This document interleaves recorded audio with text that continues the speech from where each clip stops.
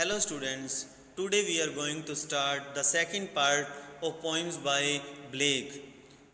तो आज की अपनी पोइम का नेम है द ह्यूमन एब्स्ट्रैक्ट, जो कि सॉन्ग्स ऑफ एक्सपीरियंस से ली गई है। और अपनी ये जो पोइम है वो एक कंट्रेरी काउंटर पार्ट है, जो पोइम अपने लास्ट रीड की थी द डिवाइन इमेज, जो कि सॉन्ग्स ऑफ इनोसेंस से ली गई थी, उसका ये एक काउंटर पार्ट है। और इस पोइम के अंदर ये बताया गया है कि जो mercy, pity, peace and love, ये क्वालिटीज़ हैं, ये जो वर्च्यूज़ हैं, ये डिवाइन नहीं है, बल्कि ये मटेरियल वर्ड से रिलेटेड है, गॉड से रिलेटेड नहीं है। क्योंकि इसी वर्ड की जो हॉस्टाइल सिचुएशंस हैं, बैड सिचुएशंस हैं, वो इन क्वालिटीज़ को जन्म देती हैं। लाइक अगर यहाँ धरती के ऊपर पॉवर्टी, अनहैप्पीनेस, फियर ना हो तो पीटी, मर्सी, पीस, इस टाइप की वैल्यूज़ भी नहीं होंगी। तो इनको जो जन्म मिलता है, मीन ये यहाँ पे इसलिए एग्जिस्ट करती हैं क्योंकि यहाँ पे इस टाइप की सिचुएशंस पहले से एग्जिस्ट हैं, क्योंकि इस टाइप की सिचुएशंस पहले ही यहाँ पर एग्जिस्ट करती हैं। क्योंकि अगर फियर ना हो तो यहाँ पर पीस का कोई यहाँ पे प्लेस ही नहीं है। इसी टाइप से पॉवर्टी ना हो तो हमें पीटी की ज़रूरत नहीं होगी। अगर डिस्ट्रेस ना हो, अनहैप्पीनेस ना हो तो हमें मर्सी की भी ज़रूरत नहीं पड़ेगी। और लोगों के बीच सेल्फिश लव ना हो तो वहाँ पर ट्रू लव की भी ज़रूरत नहीं होगी। तो इस टाइप से ये जो बैड सिचुएशंस हैं, यही इन क्वालिटीज़ को बर्थ देती हैं, जन्म देती हैं। तो इस पोइम के अंदर जो ब्लेक हैं पोइट अपने, वो क्या है, वो रियलिस्टिक पोइट बन जाते हैं। तो अब वो आगे इन लाइंस के अंदर क्या कहते हैं वो अपने रीड करते हैं। Pity would be no more if we did not make somebody poor, and mercy no more could be if all were as happy as we. तो पोइट क्या कहते हैं, अब यहाँ पर पहले दो वर्चुज़ की बात कर रहे हैं, पीटी एंड मर्सी की। वो कह रहे हैं कि pity would be no more if we did not make somebody poor. वो कह रहे हैं कि यदि हम किसी को यहाँ पर गरीब ना बनाएं, यहाँ पर गरीबी ना हो, तो यहाँ पर जो पीटी है, करुणा है, उसका अस्तित्व नहीं होगा। यहाँ ये बता रहे हैं कि हम गरीब ना करें, इसका मतलब ये नहीं कि हम लोगों को गरीब कर रहे हैं, कि अगर हम दूसरे लोगों की अपेक्षा ज़्यादा रिच नहीं होते, पैसे वाले नहीं होते, तो यहाँ पर जो पीटी है, करुणा है, वो नहीं होगी। और इसी टाइप से वो कह रहे हैं कि mercy no more could be if all were as happy as we.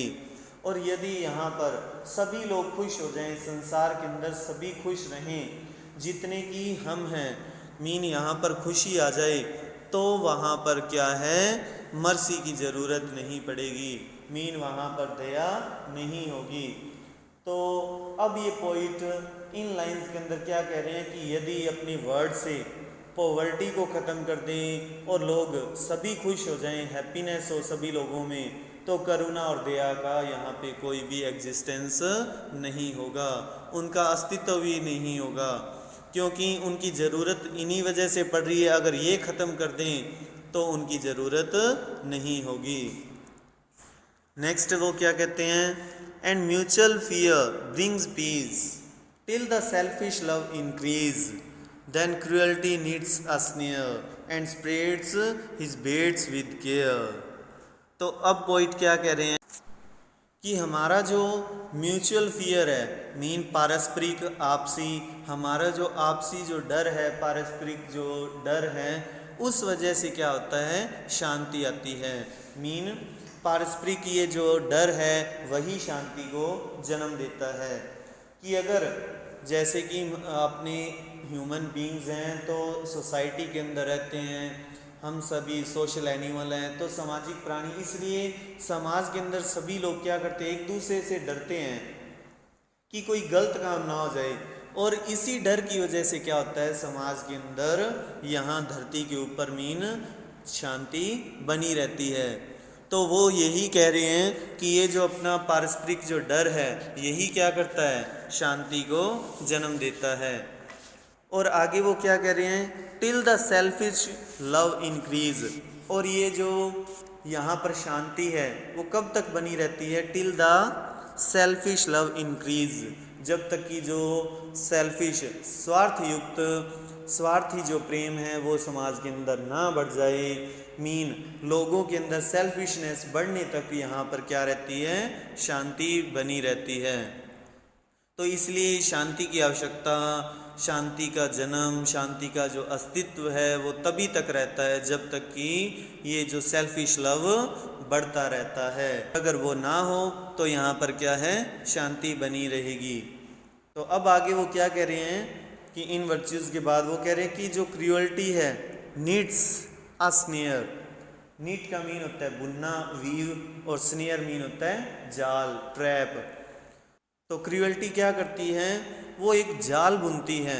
और कैसे बुनती है? Spreads his baits with care. Bait क्या होता है? बेट होता है वो फूड जो कि क्या किया जाता है? जाल में फंसाने के लिए यूज़ किया जाता है।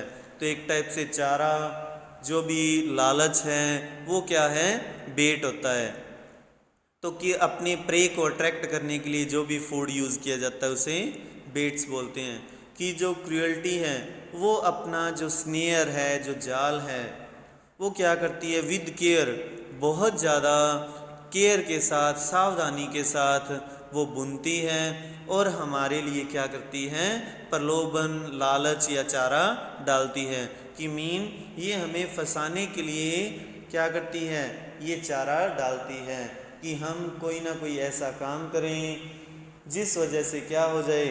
हम उसके अंदर फंस जाएं। तो ये दूसरों को फंसाने के लिए अपना काम करती है।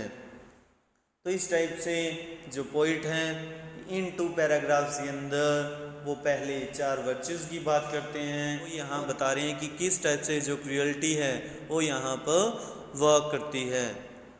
कि he sits down with holy fears and waters the ground with tears। तो यहाँ पर जो ही वर्ड यूज़ किया वो क्रूअल्टी के लिए यूज़ किया है। कि जो क्रूअल्टी है वो sits down with holy fears, कि जब जो क्रूअल्टी है मीन क्रूअल पर्सन है, जब वो लोगों पर अत्याचार करते हैं और जब उनको ये फील होता है कि जो गॉड हैं वो उन्हें सज़ा देंगे, तो उनके अंदर जो डर पैदा हो जाता है। होली फियर्स मीन है फियर ऑफ गॉड। जब उनके अंदर ये डर पैदा हो जाता है कि जो भगवान है वो उन्हें सज़ा देंगे, तब वो क्या करते हैं? वो पश्चाताप करते हैं। And waters the ground with tears, और वहाँ लोगों के साथ सहानुभूति करते हैं और वहाँ वो पश्चाताप के अंदर आंसू बहाते हैं। जिस वजह से यहाँ यूज़ किया है कि वो waters the ground with tears, कि अपने आंसुओं से ज़मीन को सींचते हैं। तो मीन वो पश्चाताप के अंदर अपने आंसू बहाते हैं। Then humility takes its root underneath his foot. तब क्या होता है? जो ह्यूमिलिटी, जब वो लोग क्या करते हैं? वो दूसरों के साथ सहानुभूति प्रकट करते हैं, वो पश्चाताप करते हैं, तो इस टाइप से वो क्या है? लोगों को वहाँ धोखा देने के अंदर सफल हो जाते हैं। और वो क्या करते हैं? वहाँ अपने आप को तब विनम्र मानने लग जाते। ह्यूमिलिटी यहाँ पे यूज़ किया गया हम्बलनेस के लिए। तब वो क्या हो जाते हैं? विनम्र हो जाते हैं और वहाँ अपने आप को वो कम मानने लग जाते हैं, विनम्र मानने लग जाते हैं, या उनके सामने विनम्र बन जाते हैं। जो क्रूअल लोग हैं वो दूसरे लोगों के लिए इस टाइप से बिहेव करते हैं जैसे कि वो उनके वेल विशर्स हों। मीन वहाँ भी वो उनको धोखा देने के अंदर, वहाँ अपने जाल के अंदर फंसाने में सफल हो जाते हैं। तब ह्यूमिलिटी यहाँ पे यूज़ किया है कि जो ह्यूमिलिटी है वो takes it root underneath his foot. तब उनके पाँव के नीचे वो क्या है? जो ह्यूमिलिटी है वो अपनी जड़ें जमा लेती है। मीन उनके अंदर ह्यूमिलिटी आ जाती है। आगे पॉइंट क्या कहते हैं कि soon spreads the dismal shade of mystery over his head. उन्होंने अपने जाल के अंदर लोगों को फंसा लिया है। क्रूअल जो पर्सन थे, जब उन्होंने इस तरह से उनके साथ सिंपैथी शो करके उनको अपने अट्रैक्शन में ले आए हैं, अपने प्रभाव के अंदर ले आए हैं, तो जल्दी ही क्या होता है? वहाँ पे एक डिस्मल शेड ऑफ मिस्ट्री, एक निराशाजनक वहाँ पे छाया है, वो चारों ओर क्या होती है? फैल जाती है। और वो छाया किसकी होती है? मिस्ट्री, रहस्यमयी मिस्ट्री की होती है, जिसे अपने एक्सप्लेन नहीं कर पाते, सस्पेंस की जो शेड है वो छा जाती है। मीन क्या है, जो लोग वहाँ अत्याचार करने वाले हैं उनके अंदर ये जो छाया है वो विद्यमान होती है, वो उनके अंदर एग्जिस्ट करती है।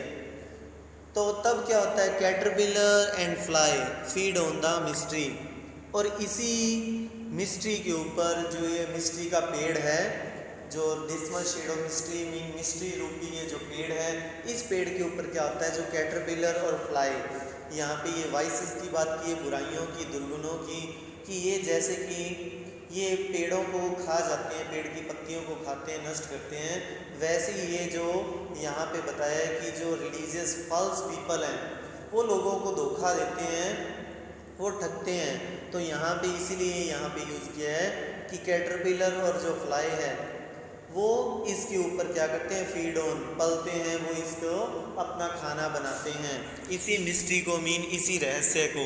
और उनके अंदर रहस्य में ये जो पेड़ है वो क्या है, वो धोखे का और ठगने का, जो भी बुराइयों का उनके ऊपर जो ये पेड़ है उसकी बात की गई है कि जो बुराई का पेड़ है, धोखाधड़ी का पेड़ है, उसकी जो छाया है वो उनके ऊपर क्या हो जाती है, छा जाती है। आगे पॉइंट क्या कहते हैं, and it bears the fruit of deceit, और ये जो पेड़ है, जो मिस्ट्री का जो पेड़ है, इसके ऊपर क्या होता है, फ्रूट ऑफ डिसीट, एक फ्रूट होता है, लेकिन वो फ्रूट कैसा होता है, डिसीट, धोखे का फल होता है। तो धोखेधड़ी वाला इसके ऊपर फल लगता है, ruddy and sweet to eat, और ये कैसा होता है, ruddy, ready mean reddish, red in colour, and sweet मीठा, और ये क्या है, दिखने में लाल होता है और खाने के अंदर क्या है, मीठा लगता है। कि मीन ये लोगों को जाल के अंदर फंसाने के अंदर बहुत ज़्यादा हेल्पफुल होता है, धोखा है वो लोगों को अपने जाल में फंसाता है।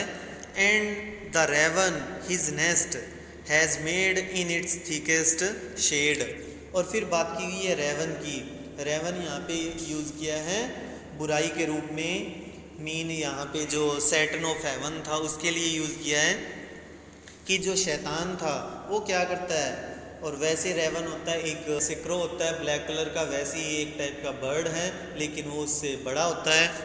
तो यहाँ उसे सैटन के रूप में यूज़ किया गया, बुराई के प्रतीक के रूप में यूज़ किया है कि जो रेवन है वो अपना नेस्ट, घोंसला बना लेता है, कहाँ पे, इन इट्स थिकेस्ट शेड, जहाँ पे बहुत ज़्यादा बुराइयाँ होती हैं, दुर्गुण आ जाते हैं, वहाँ पे क्या करता है, ये जो रेवन है, ये जो शैतान है, वो अपना घोंसला बना लेता है। मीन एक ऐसा एटमॉस्फेयर, ऐसी सिचुएशन क्रिएट कर देता है कि वहाँ पे क्या हो जाता है, बहुत ज़्यादा दुर्गुण बढ़ जाते हैं।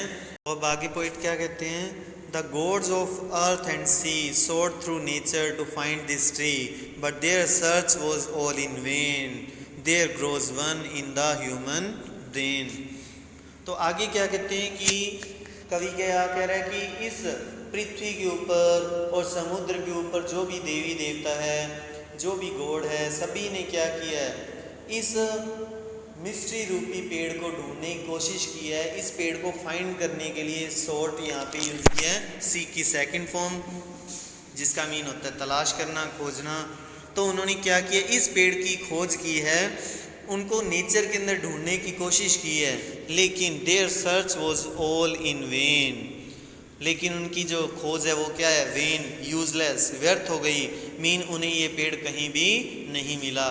और ऐसा क्यों होता है, because there grows one in the human brain, क्योंकि ये जो पेड़ है वो कहीं बाहर नहीं होता, बल्कि कहाँ पे होता है, ह्यूमन ब्रेन, मानव के दिमाग के अंदर ही उत्पन्न होता है। ये सारी जो बुराइयां, दुर्गुण हैं, ये इंसान के दिमाग के अंदर ही पैदा होती है, जिस वजह से उनको ये पेड़ कहीं भी नहीं मिला है।